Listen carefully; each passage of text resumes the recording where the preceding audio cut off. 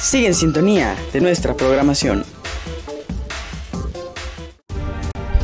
Ahora empieza su programa, el show del doctor Roy Aranda.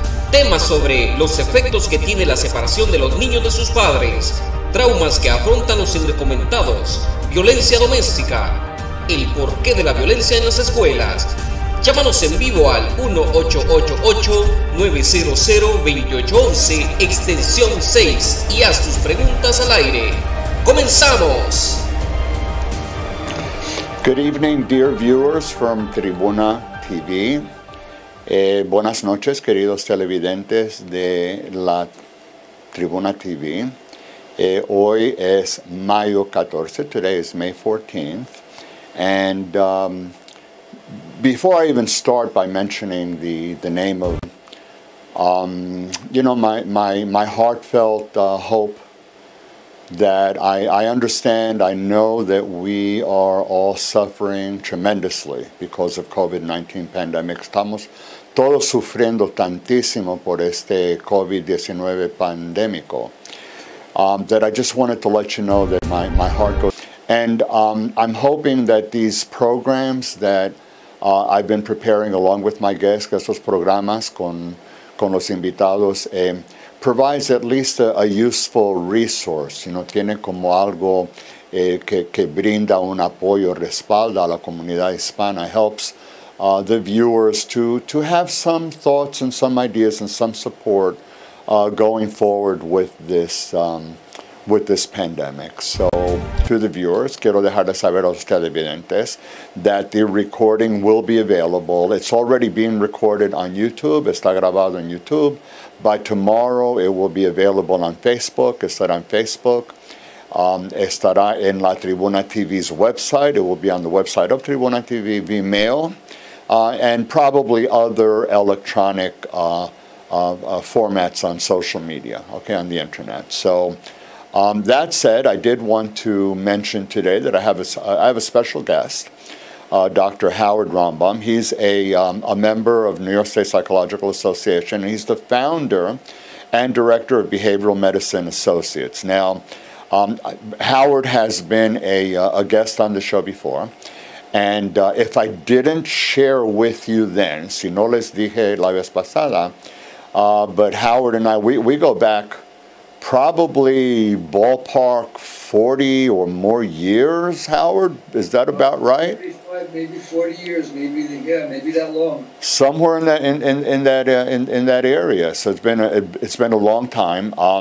I do also want to share. Quiero dejarles saber que, Howard was a teacher of mine a long time ago, and a mentor of mine, and I was a student of his for some time in the field of personal injury.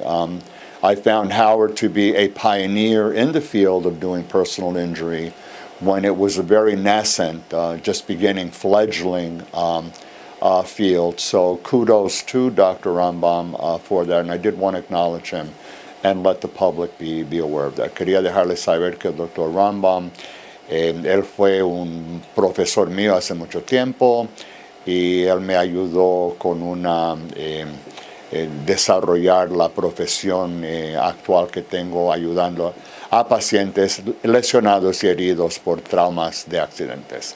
So, Dr. Howard Rombom, he is the founder and director of Behavioral Medicine Associates. BMA provides behavioral care to injured workers throughout New York State and Pennsylvania. Behavioral Medicine Associates is the leading provider of behavioral treatment for injured workers in New York State. BMA is a game changer, and the reason that it's a game changer is that it's done for many, many, many years. It's helped injured workers cope so they can continue to live productive lives. Dr. Rombom received his doctoral degree from Hofstra University. I guess you got your doctoral before I was a professor at Hofstra University. You didn't know that. Maybe you didn't know that I was a professor there for like 16 years. He worked at Long Island Jewish LIJ Hospital, New York City Department of Health, and was on faculty of Columbia University's dental school. Ouch. BMA BMA has helped thousands of injured workers cope with their injuries, enabling them to move forward despite chronic pain and disability and trauma, and also despite all sorts of ensuing consequential emotional traumatic reactions to the injuries. So Dr. Howard Rombom. Howard, please, say hello to the viewers. Nos a la cara de él. Good evening, Roy. Good to see you. Hello, everybody out there. I hope everyone's staying safe, staying sane, and trying to behave smartly. There you go. Hey, there you go. This is what I call real good social distancing, right? Yeah, yes, it is. We're really doing it good. I'm actually in the studio, so I will share with the viewers that I am very mindful and respectful of the regulations, and I have every intention of abiding by the mandates and the regulations that are set up by my governor here in New York State.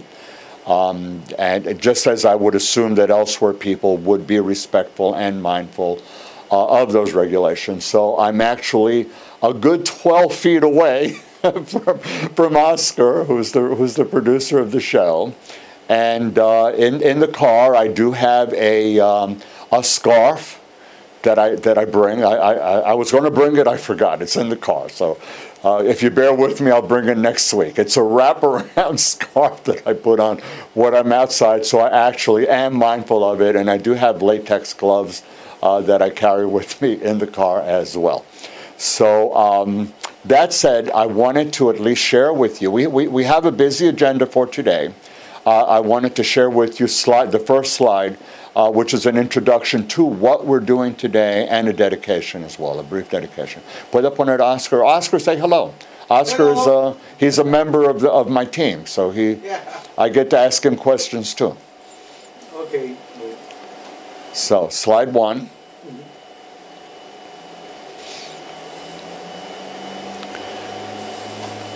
Okay. Let me see, please. Oh, I encourage viewers, by the way, sugiero que los televidentes, if you're interested in the slides, feel free to take photographs while we're on live, or wait for the recording and you can take screenshots of any slide that you are interested in looking at later. I encourage you to do so. I prepare these slides with an eye to help you and to provide a resource to the viewers. So, los televidentes que quieren, pueden sacar fotos actualmente, o si no, cuando ya tienen el recording, pueden sacar, ¿cómo se dice un screenshot, Oscar? Foto.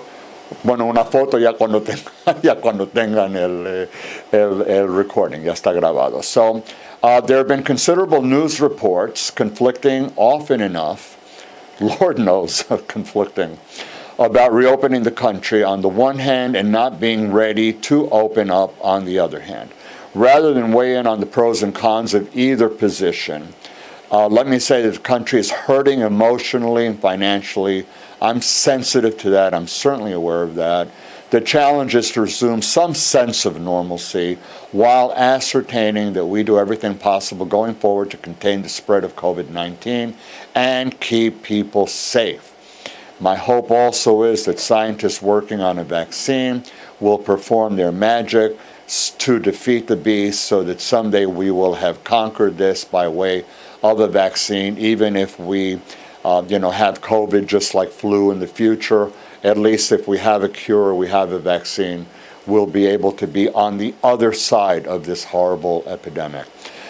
Today, the show's focusing on workers, those currently in exposed jobs, including healthcare, food service, transit, law enforcement, postal workers, those who will be returning, those other workers who are going to be returning to work, those already injured and physically compromised who are scared of getting sick. The impact of COVID-19 has resulted in post-traumatic stress disorder for many workers. We'll talk about this a little bit more later on. Mental health is essential to getting back to work. Psychological treatment is critical. Without ongoing care, it's unlikely that workers will continue in their positions and move forward in any meaningful way. There will be relapses. There will just be a host of problems, ups and downs, and it's really unfortunate. But we have tools. We have mental health. Psychology provides tools. We're going to share some of this with you today. This show is going to highlight the concerns, offer psychological treatment recommendation.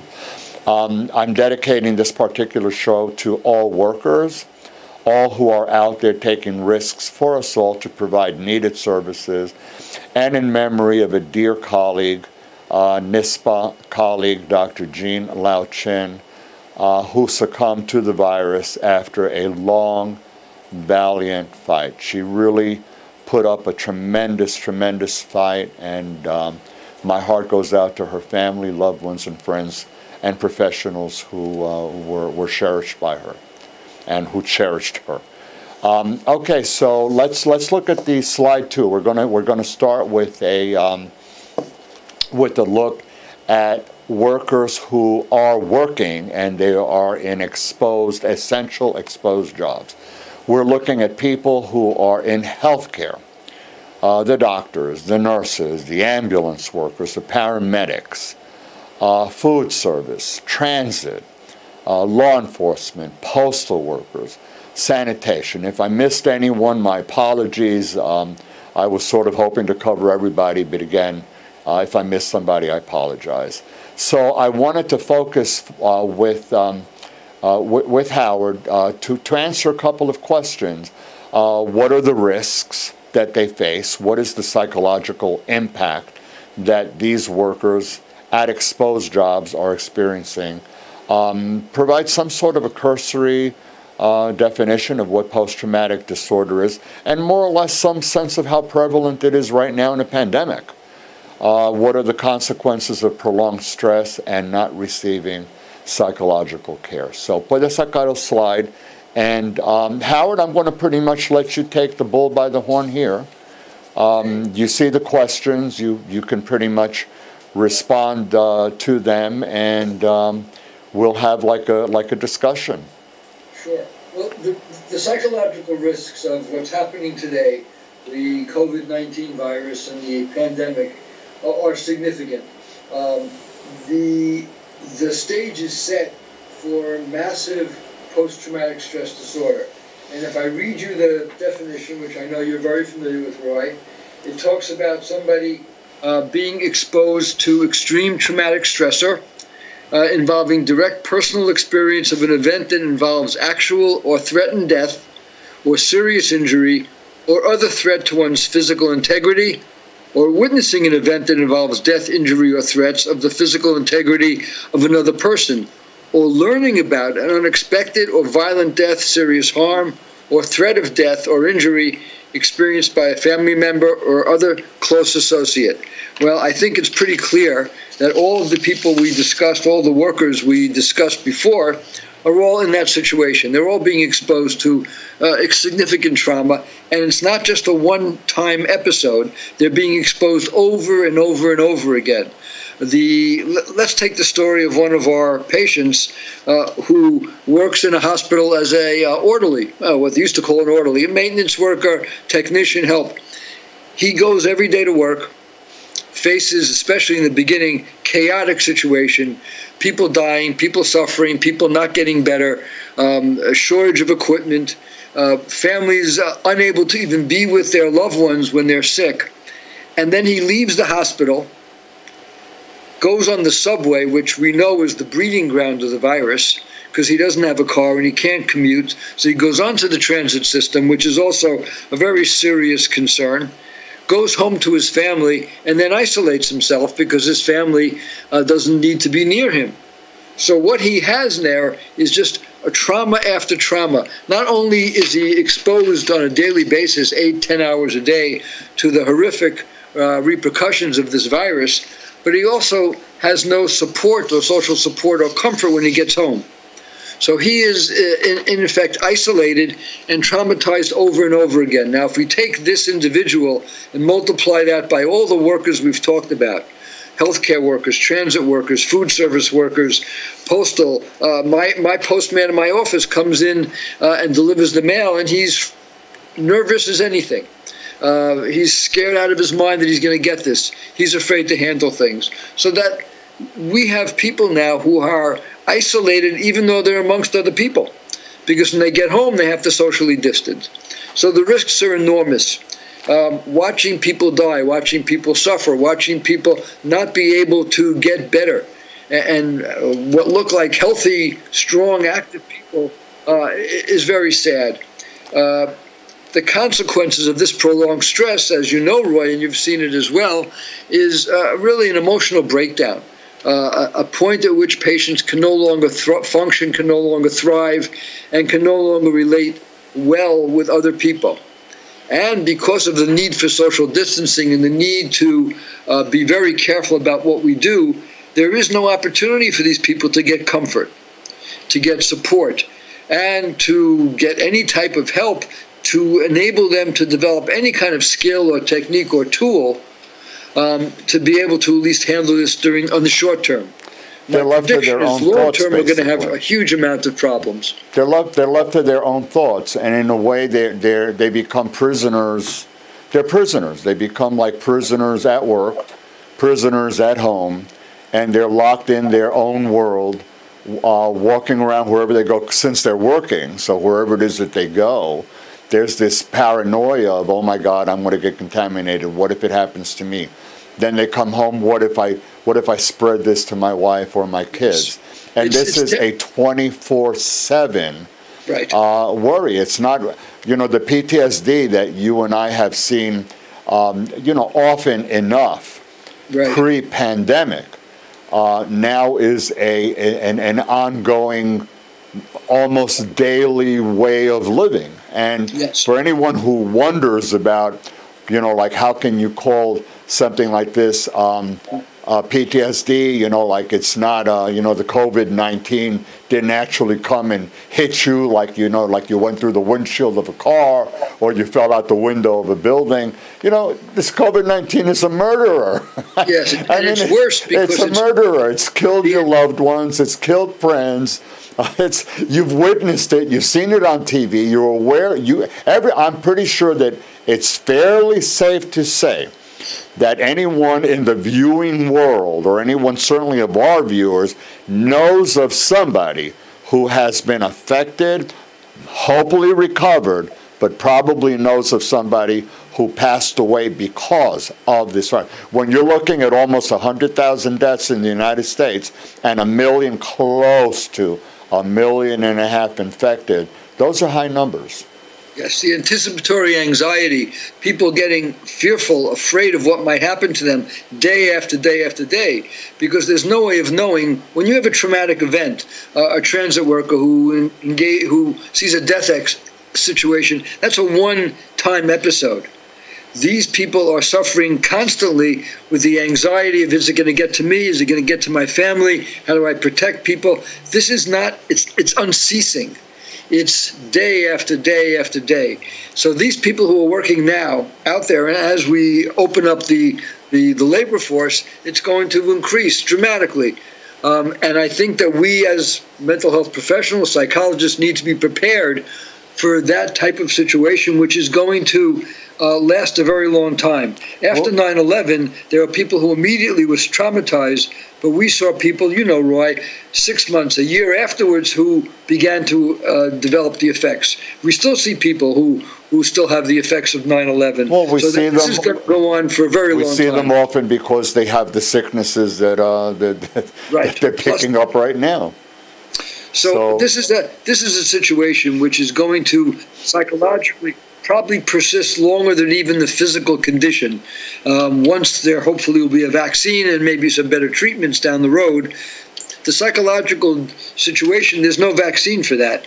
There are very good techniques which we'll discuss later, but this is an ongoing, persistent situation which affects every single individual who leaves their home. And it affects those who don't, because they're afraid that their loved ones are going to get sick as well.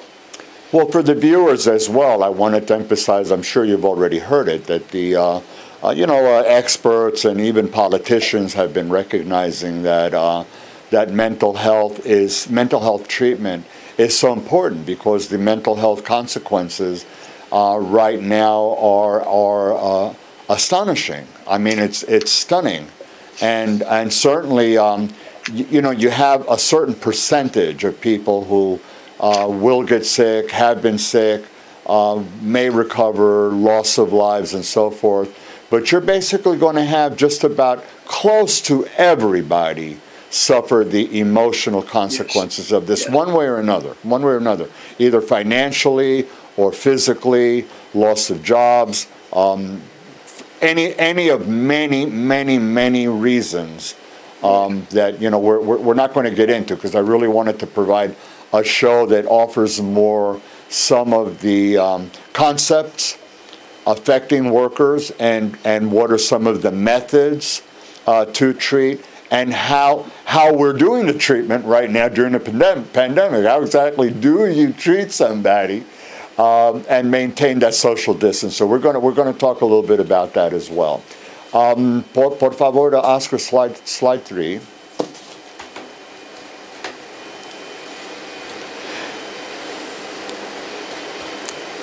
So this is a population that Howard and I are very, very familiar with in general, because this is basically already pre-COVID-19 pandemic.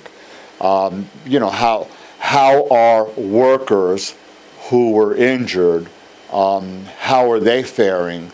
What kinds of injuries do they have? What are the injuries that are most prevalent? Workers are injured for many reasons. They have fallen, a machine backs into them, they're on top of something and it collapses, they're in a scaffold and it collapses. Slip and falls are very common. They may be working on a roof and a tile collapses and they fall.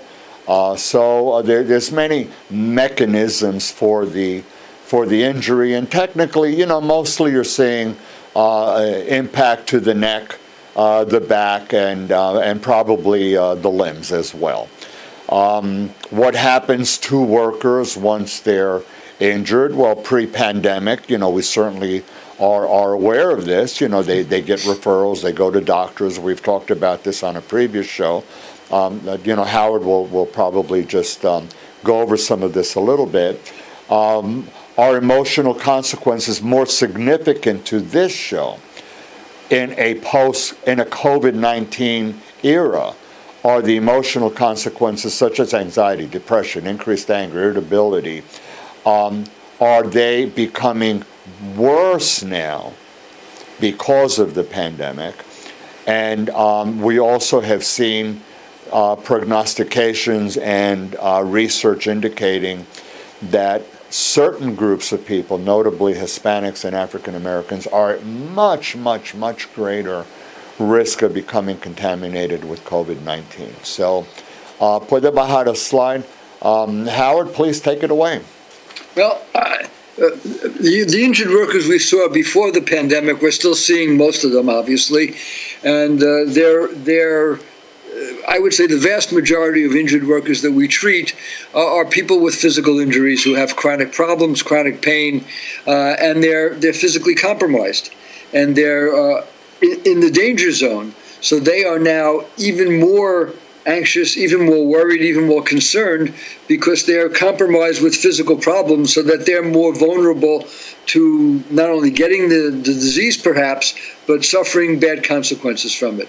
So this is added a significant level of anxiety and depression to these workers, because they don't see a way out. They don't see an end point to this. Plus, those who are hoping to get back to work now are very afraid of going back to work and being contaminated or being exposed to these situations. The trauma patients we've seen, and we see a lot of trauma patients, tellers who were robbed at gunpoint, transit workers who who wind up being in traumatic situations, train operators who unwittingly hit people on the tracks, and so on. Their level of anxiety and stress and trauma has increased by this, because this is almost a philosophical existential trauma. Because if you don't have it, you're worried constantly about getting it, worried what you can do to avoid it, worried about your family and your friends. The consequences, therefore, are exacerbate any of the problems that we've seen in our clients, our patients, prior to this have been exacerbated. And we treat almost 2,000 patients a week in our offices, and it's almost universal that they're coming even more frightened, even more upset, even more concerned, and their concerns reach not only about themselves, but about their families, their friends, and of course they watch TV, they're home all day, and all they see is the endless stories about the destruction this disease has brought, and they are that much more fearful about leaving the home. So for these workers, it's really significant. We see a large Hispanic population of workers. Most blue-collar workers in New York City tend to be minority workers. And I'm not an epidemiologist. I'm not a virologist, whatever that word is, and infectious disease specialist. But there is certainly a problem with Hispanic and the black community, apparently, where their rates of infection are much higher. I'm not sure whether it's due to social distancing issues, whether it's due to some kind of genetic predisposition, weakened immune systems. I have no idea. But our practice, at least, focuses tremendously on this group of patients, since they've been our patients for years anyway. And they do express that concern that not only is this disease out there, but now to add insult to injury, it seems to be targeting me, targeting my people. And they're that much more frightened. This is really, Roy, you know, it's a horrific situation with no end in sight, unfortunately. So that I think what we need to do is we need to focus our attention on what we can do to help them cope, help them feel better emotionally, so they have the strength to combat whatever is facing them. And look, we understand the world's going to open up. People are going to be leaving their homes. We have to provide them with the tools they can use, so when they go outside, they can psychologically handle what's out there for them. And try to stay safe. I just wanted to expand a little bit on the obviously the workers are terrified of becoming contaminated, becoming sick, of being exposed. They're out there, but you also have consequences stemming from COVID-19 that is affecting the workers. I have many of my patients, for instance, who are not getting treatment. They're not going to physical therapy. They're not getting their injections. Many of them were ordinarily getting cervical, lumbar spine injections, different kinds of injections. The offices are closed. They call up, the doctor's not available. They're told the office is closed. They're told that the physical therapy facility isn't treating. Some physical therapy places now, I'm aware, are reopening, and they're doing it with strict protocols and with protective personal equipment and all of this. But you're having these patients that haven't been able to get prescriptions for medication, who are relying on over-the-counter stuff. If somebody's able to go to a pharmacy and get it for them, they're relying on whatever medication they had, hopefully not running out. The pain is increasing, so they're not able to do the physical therapy exercises. Some of them, in my sessions with them, I encourage them, whatever they learned, try to do those exercises. They're gaining weight. They're not moving, so motorically they're getting worse. And sometimes even those who are offered an opportunity to see a doctor under strict precautions don't want to go because they're afraid that they're going to get sick. So this is still something, from the COVID-19 that's impacting the patients. They're just not getting the treatment that they need. So they're affected by the fear of the virus, of the pandemic, of mortality, of dying, of contaminating, and they're also affected by lack of treatment.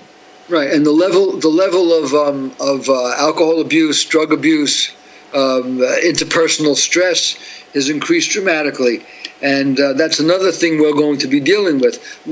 I think our patients, as you mentioned, who are isolated from their physical care, we become the frontline supporters. We become the frontline level of treatment because we are still capable of providing that service. We are still capable of connecting with our patients and helping them out and providing them with not only support, but with tools and techniques and insights and understandings that they can use to help them move forward. And we are, frankly, the frontline treaters of most of these patients at this point.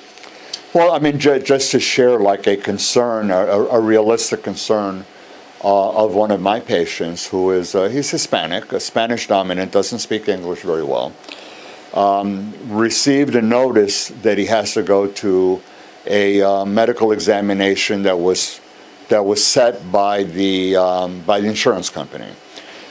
This person, who is a partial amputee of the right hand, has to do this. In order to comply with this request, we'll have to walk to the bus stop, take the bus to the train, take 2 trains to go to the doctor's location, get off, walk to the doctor's office, go into the doctor's facility, do whatever it is that he's supposed to do over there, go home taking 2 trains, a bus, and walking. And this person has, like I said, partial amputation of a hand, is scared to death about the transit, about contamination, about being outside, and is just really, really worried that if he doesn't comply with this, then the insurance company is going to cut him off. Right. Yes. No. It's endless. We are going to be facing with our patients, and we're seeing it already, endless concerns that reverberate throughout their entire life, everything they do. And if they're working, they're frightened. If they're not working, they're frightened of going back to work. They're frightened about not getting medical care. They know they're going to be in a situation once they leave their homes, which is fraught with danger and possibility of infection. And because it's not something you can see, it's not something you could feel, it's an invisible enemy, as if you will, there's no way of really combating it other than to do what we're told to do, social distancing and masks and gloves and washing your hands and all those routines. But, and we both know this, nothing's 100% at all. And it's very difficult. And the other side of the coin, unfortunately, is that there's an appetite that's grown so tremendously for socialization that people, when they're let out, may mistakenly think it's okay to become more social and drop some of those guards, those guidelines and so on. And that's our job also to reinforce that, to make sure our patients understand that they need to be as careful as they possibly can be, follow all the guidelines so that they can stay safe. You mean like shedding the face masks and discounting the social distancing? Yes, I think that's unfortunately, and we're seeing that a little bit around the country, and I think we're going to unfortunately see that people are not going to be 100% compliant. People are going to say, well, I'm okay. I was out for 2 weeks and, I was talking to people and nothing happened to me. So I'm going to be fine. So I think we have to guard against that, and we have to make sure that our patients understand that. So you're okay just because you don't have any symptom? Because you're asymptomatic, that means you're okay? I think a lot of people feel that way, and they will feel that way as time goes on. There'll be a certain fatigue, a virus fatigue, where people are going to begin to not pay as much attention to it because they're just tired of it. They're exhausted from it. I think research is showing that when you're not showing the symptoms, that is when you are most contagious.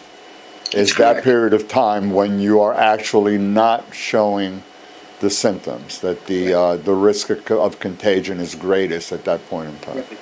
So we have to combat all of this. Yeah. So how on earth are we treating these patients?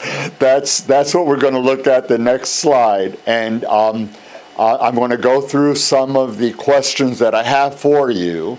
just for the viewers to see them on the slide. Then I'll bring the slide down, and we can focus on answering some of those questions, okay? So, Oscar, please, slide 4. What is the magic that we have available right now in our toolkit to work with these patients? Slide 4. Okay. Treatment approaches. It's called teletherapy. So I'm going to ask Howard to talk a little bit about what teletherapy is, how it's conducted. It's not just psychologists who are doing teletherapy. You have medical specialists. To what extent Howard, who has a very large practice, and I can also chime in based on my clientele, how are patients reacting to teletherapy as opposed to face-to-face, in-person visits? How do you do evaluations? How do you do some of the typical psychological, neuropsychological evaluations at a distance? How about working with children? How do patients feel about the country reopening? We have a lot of mixed feelings about it, I know. How do they feel about coming back to our offices right now? Right now, coming back now, face-to-face, in person, as things were prior to the shutdown. Would PPE, would the face mask and glove and social distancing be even feasible and realistic under such circumstances? What about a hybrid form of treatment once it's been determined that we can resume in-person treatment as before? How might this be done and why, and what are the advantages? And by hybrid treatment for the viewers, I'm really mentioning a mix of the traditional person-to-person, in-face visits that we were doing before, and mixing it up as needed by doing teletherapy. So we're going to talk a little bit about that. And also, is there a downside to teletherapy during the pandemic? You know, not everybody's necessarily buying into this, and there has been some criticism. But for whatever it's worth, this is what we have. So that said, Howard, please start with teletherapy and some of these questions. Sure. Well, teletherapy is very simple. It's either done by video, like we're doing here, Skype, FaceTime. We use Doxy, which seems to be a relatively popular platform. So it's either video or telephone. Interestingly enough, most patients love it. They love it because, first of all, they're safe at home. It can be scheduled whenever it's convenient for them and the doctor. We see far fewer no-shows or cancellations than we ever saw before. The weather elements, all those other things aren't involved with that. We see a significant number of patients who prefer telephone and do not want to be on video. For whatever reason, they're more comfortable, and we'll accommodate them. The insurance carriers have agreed that both forms of teletherapy are okay, so that we can provide it either by telephone or by video chat. And overall, we find the patients love it. The acceptance rate has been extremely high.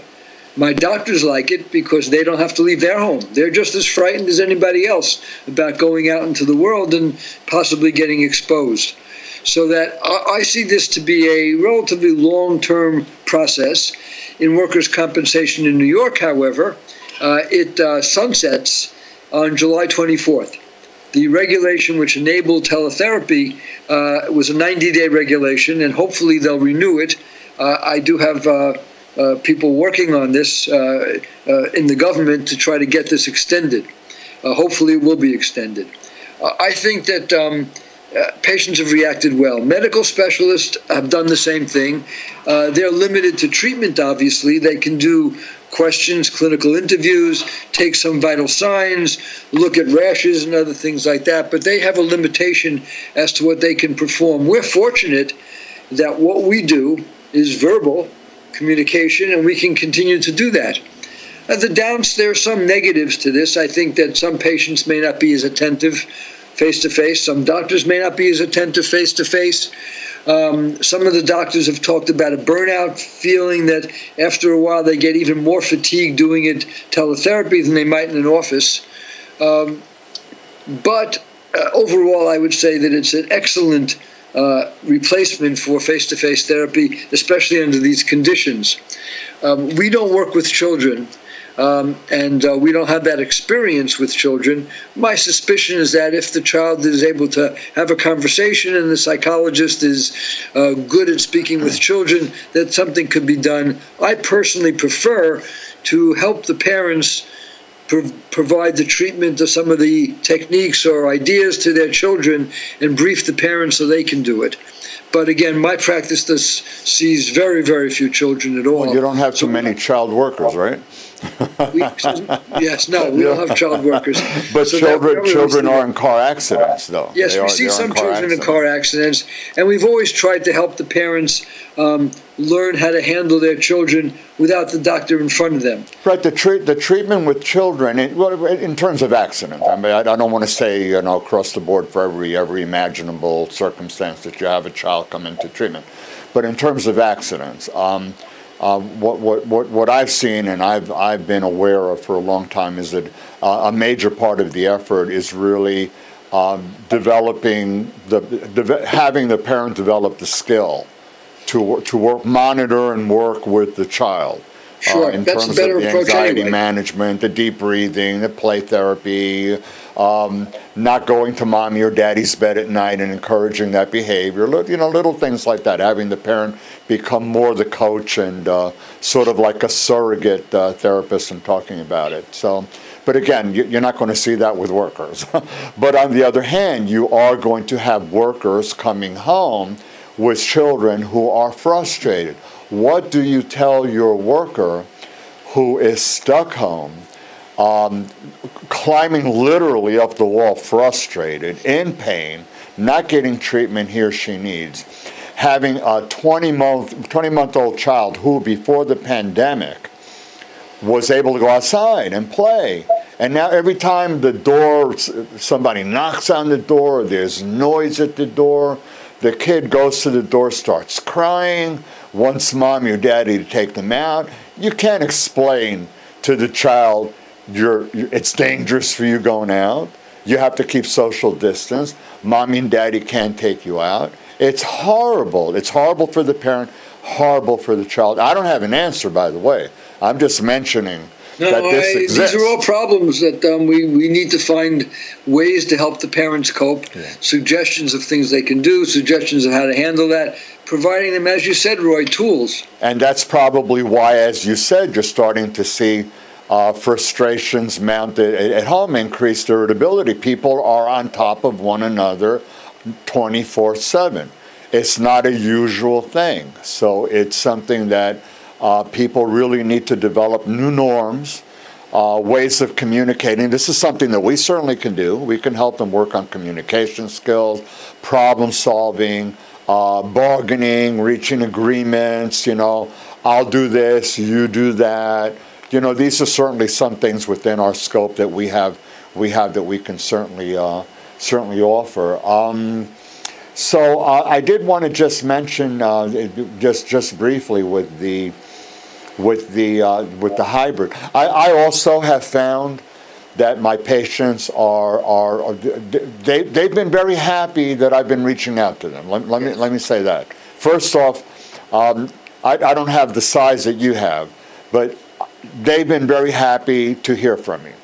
I went ahead and I had to get a completely brand new telephone set up and all of that because there's just no other way for me to do it. And they were really happy to hear from me. They said to me, "You're the only one who's calling. You're the only one who's talking. Thank you. God bless you. You're the only one. How are you, doctor? How are you doing?" And it's so nice to hear that. It's not just the patient. It's the patient sometimes becoming a little bit of the therapist, and the therapist becoming a little bit of the patient and responding, well, now that you ask, I'm living like in a twilight zone. I don't know if it's ever going to end, but let's focus on going forward and talking about strategies and and we're all in all this of together. this. I think that's the important thing also. We're all in this together, so we suffer the same issues that they suffer from. It felt really, for me personally, it felt really artificial at first. I have to tell you, I felt like robotic. I really felt like I'm going through this. I didn't quite know what to do, how to do it, how really to approach and talk to the patients. And it was difficult for me because it was a platform that was new to me. And I'm sitting there like, what do I ask? You know, how are you surviving in light of the pandemic? What are you doing? What aren't you doing? It took a while to develop sort of like a structure, smoothness in doing it.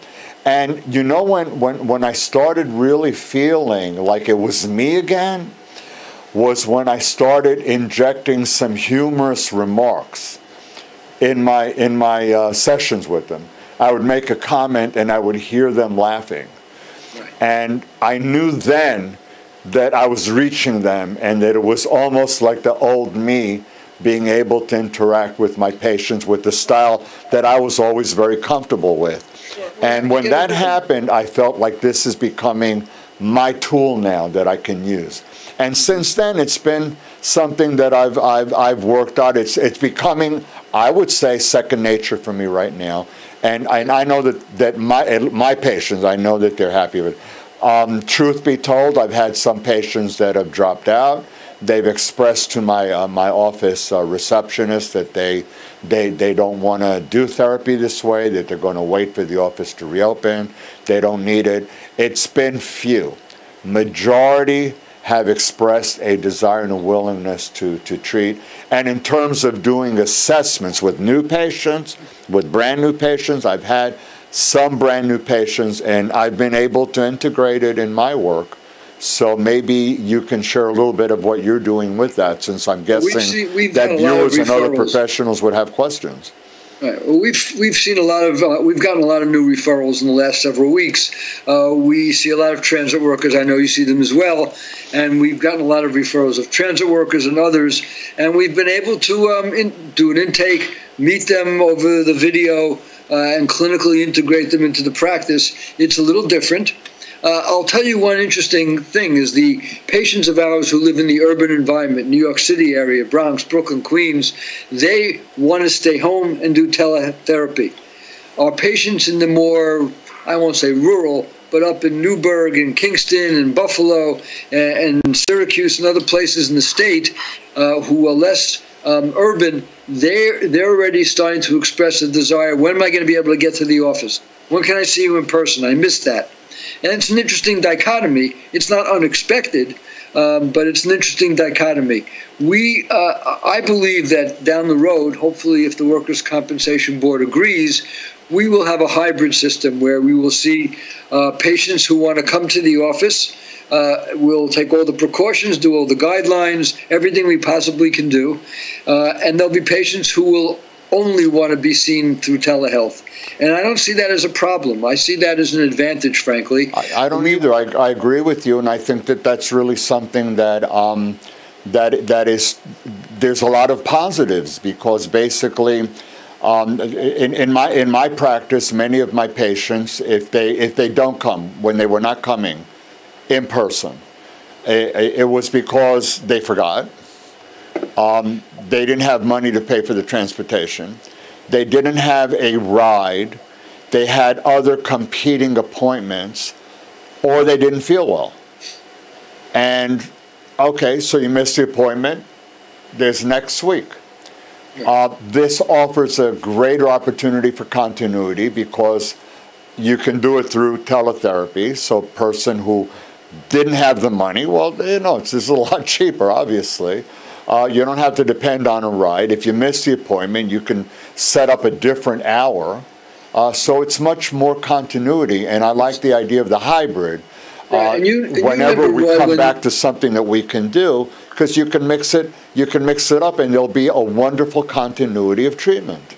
Right, and you know, on bad weather days when it's miserable out and all patients don't want to leave, doesn't matter now. Patients can be seen even in the worst storm. It can be 30 inches of snow. It could be pouring, raining, miserably cold, and we can still see those I patients. heard lightning. The other day we had a storm here in, I don't know if you had it where you are, we had a storm in Long Island. I heard the lightning, and you could hear it like right over my session. Oh my God, there's the lightning. I was just waiting for the power to go out. That's about the only downside if you lose your power. So while we traditionalists, look, we've been doing this a long time, and we're very used to face-to-face. It's interesting when someone said to me, well, isn't it important if you do telephone therapy or even video to see the patient's movements and how they respond? And my answer was, if I was a blind psychologist, no one would ever asked me that question. And yes, it's nice to be face-to-face. That's what we trained with, we're used to. But teletherapy, I will tell you, my experience in the last 6-7 weeks has been really excellent. Patients are very pleased. I think they're doing well. And the doctors, of course, are much more comfortable. Well, you can tell by their verbal behavior. If not visual behavior, you can certainly tell by the verbal behavior. If they're into it, they'll raise their voice. You'll know they're smiling, or they laugh, or somehow you'll know. You'll be able to pick up the cues. Sure. Traditionally, analysts would sit behind their patients, and there'd be no physical interaction whatsoever, other than the fact that they're in the same room together. Obviously, cognitive behavioral therapists, and we're more active and more integrative. But we have all the tools we need to be able to render and provide the treatment our patients need in a really excellent manner. So now that we know how we deliver this, let's talk about some of those tools. Now, clearly, we're not going to be able to do a demonstration of all of these techniques, but I did want to go over at least some of the tools that are available to us on slide 5, and Howard, I'll let you pick and choose any of them that you may want to elaborate a little bit. And I did also want to share to the viewers that I'm going to take up just 5 minutes of our time to show a video relaxation exercise in English and one in Spanish. A lot of the viewers who missed it last time I had the show, they heard about it, they said it was good, and so I've gotten some responses, some requests to do it again. So it only will take about 5 minutes of our time. So ponme slide 5, and then at the end of slide 5, before we get to the resources, we can do the video clip, and then I'm going to promote BMA and Howard. One of the advantages of being on the show, you get promoted. Yes. Well, thank you. Hint. Okay, so some recommended treatments, and no particular order. But basically, at the top, I put that personally in my type of work, I'm pretty sure you too, Howard, I emphasize the team approach, consultation with other specialists as needed. Certainly, when you're dealing with behavioral medicine and personal injury, you're going to be, consulting, referring, talking to orthopedists, neurologists, physical therapists, perhaps psychiatrists that you refer to for possibility of pharmacological treatment. So different types of specialists. Cognitive behavior therapy, which is a big umbrella. Under that umbrella, we have many of these other techniques: relaxation therapy, meditation, hypnosis, biofeedback, which involves machinery and is something a little bit different. Problem-solving therapy, I mentioned that a little bit earlier before. Cognitive restructuring is like when you have this belief that is really negative and black and keeps you from doing something. You challenge your patient and you try to correct that negative thought and replace it with something more positive, or at least more constructive and adaptive. Desensitization, getting you exposed to something that you're afraid of, putting you out there slowly but surely so that you can confront fearful situations and get over them. Homework assignments, many therapists, psychologists will tell their patients, like, I'd like you to keep a diary, keep a checklist of, when you have a headache, keep a checklist of like when you have like a panic attack. You put it in writing. Give me something that I can look at. Keep in writing what you did also. If you did, in fact, have a bad day, what did you do about it? Do some breathing exercises.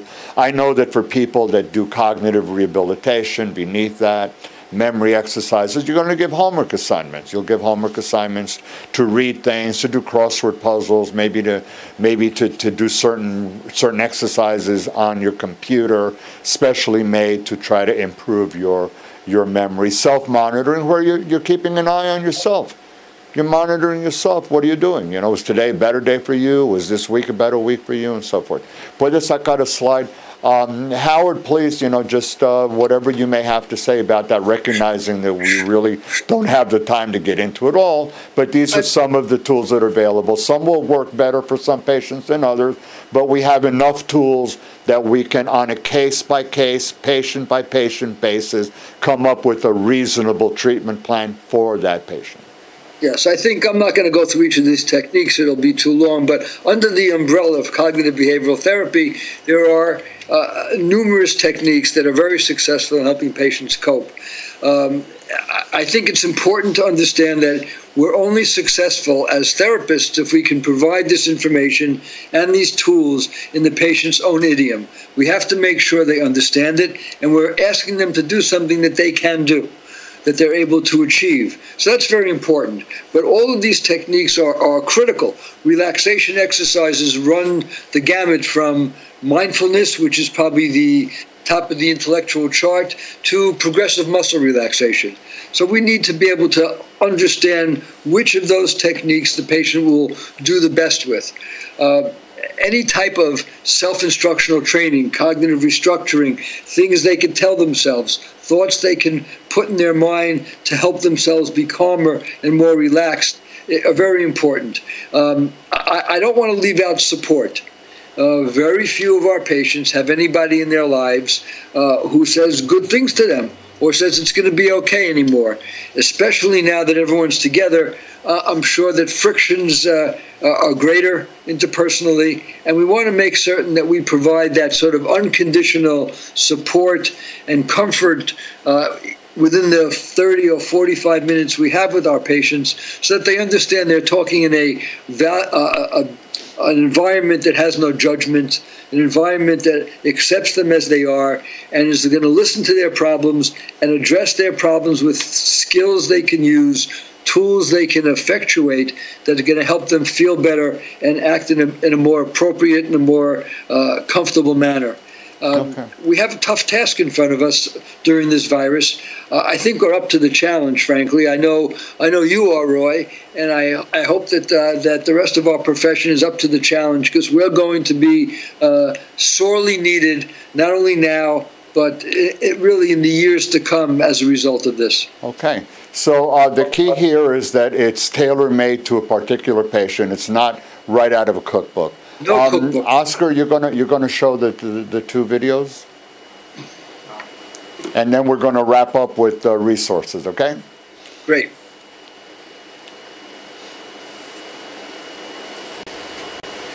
Settle down comfortably and take a deep breath, inhaling through the nose. Hold it for a moment and slowly exhale out the mouth. And again, another deep breath, inhaling through the nose. Hold it for a moment and exhale out the mouth.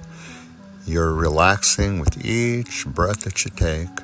Each deep breath, inhaling through the nose, holding the breath for a moment, and exhaling out the mouth. Just deep, rhythmic, relaxing breathing.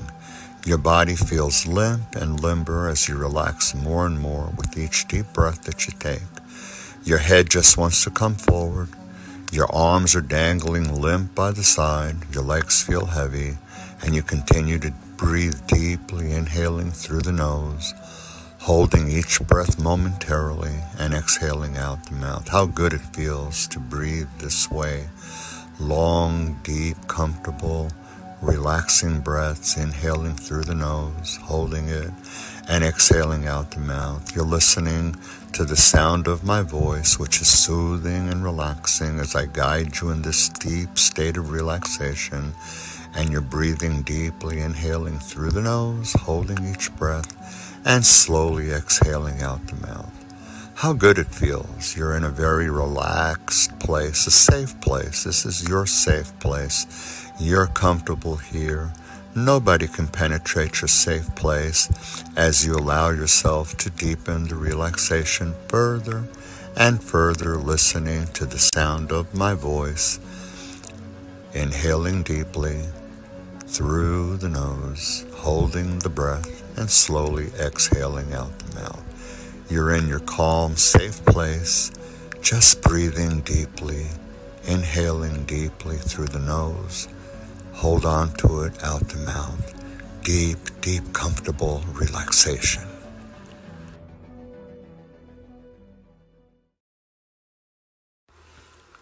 Siéntese cómodamente y respire profundamente inhalando por la nariz. Aguante la respiración y exhale por la boca. De nuevo, inhale por la nariz profundamente.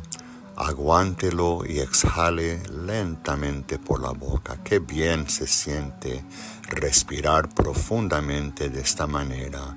Inhalando profundamente por la nariz, aguantándolo por un momento y exhalando por la boca. El cuerpo se relaja más y más con cada respiración que toma. Inhalando profundamente, aguantándolo y exhalando. El cuerpo se siente relajado, lacio. La cabeza quiere tumbarse hacia adelante, los brazos lacios colgando por el lado, las piernas se sienten pesadas, el cuerpo súper tranquilo y relajado, escuchando solamente mi voz que es tranquilizante, ayudándole a entrar en un estado profundo de relajación y respirando hondamente por la nariz, aguantándolo un momento y lentamente exhalando por la boca. ¡Ay, qué bien se siente! Estás en un lugar privado, un espacio completamente calmado y protegido. No hay nada ni nadie que puede entrar en su espacio protegido. Es un lugar solamente suyo, donde puede escaparse de las ansiedades y estar completamente tranquilo y relajado. Inhalando profundamente por la nariz, aguantándolo, y lentamente exhalando, relajando más y más. Qué bien se siente. Ok, doctor, ¿listo? Okay, I have to wake up. Yeah, when you do relaxation, often enough, like a short relaxation exercise will put you out. At any rate, hopefully the viewers got something out of it. It's brief, I know, but I thought I'd put it out there anyway. Okay. I just did want to mention, by the way, in terms of the teletherapy, that I do have the federal Opening Up America Again plan that does indicate continue to encourage remote work and telework. Phase 1 and Phase 2, whatever that means in terms of how long. But obviously they're emphasizing telework and teletherapy. So even the government is doing that. Right. Let's look at the resources now. We're going to wrap up now, and I did want to show you some references and resources that the viewers, slide 6, that viewers can rely on or call or contact if they have more information. So Howard, I put you at the top. He's the head guru. He's the founder of Behavioral Medicine Associates. Howard, I put your address and the phone number. I gave you information, World Health Organization, their website, Advice for the Public, CDC, New York State Department of Health. Underneath that, I've given you some very interesting access to references specifically to COVID-19. So COVID-19 resource and information guide by NAMI. And all the way at the bottom, the American Psychological Association. I've given you their address, phone number, and also a website for COVID-19 information and resources. NISPA, New York State Psychological Association. I'm a member, I'm a past president, so I've given you a phone number and a website to contact them. Puedes sacar a slide. The show is being recorded, as I've told you. It'll be available, the recording will be available tomorrow. I did want to mention to all viewers that next week I will have an attorney as a guest. The show will be COVID-19, Hispanics and COVID-19. So I wanted to focus a little bit more on some of the things that we didn't talk about today. That'll be next week, so I invite all the viewers to come in. That'll be on the 21st at 9 p.m. Howard, thank you so much for being a guest. You look great on this Skype. I don't know what happened. You look almost as good as MSNBC and CNN and Fox News. I mean, we're definitely catching up to them. Thank you, Roy. Well, thank you for inviting me. Pleasure to see you again, and everyone stay safe. And hopefully we'll be able to see each other in person in a not too distant future. That'll be so great. We can do it in a hybrid manner also. Yes. So Oscar, say goodbye to everybody. Oscar. Goodbye. So all my viewers, please be safe. I hope that you got something out of the program. Listen in next week. All we can do is try to provide you with as much of a way of giving you tools and support.